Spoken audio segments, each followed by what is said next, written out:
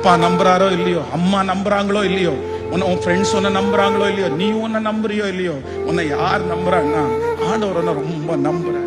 உங்க கூட படிக்கிறவங்க, உங்க கூட பேசுறவங்க, வேலை செய்யறவங்க எத்தனையோ பேர் தப்பு பண்றாங்க. தப்பு பண்ணிட்டு அந்த தப்பை மறுபடியும் செய்யறதுக்கு சந்தோஷமா செய்யறாங்க.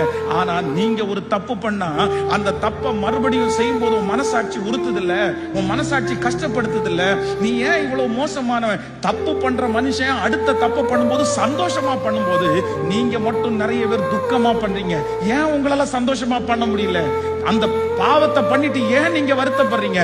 காரணம் என்னன்னா, அவனுக்குள்ள ஆண்டவர் இல்ல, உங்களுக்குள்ள ஆண்டவர் இருக்கிறார்.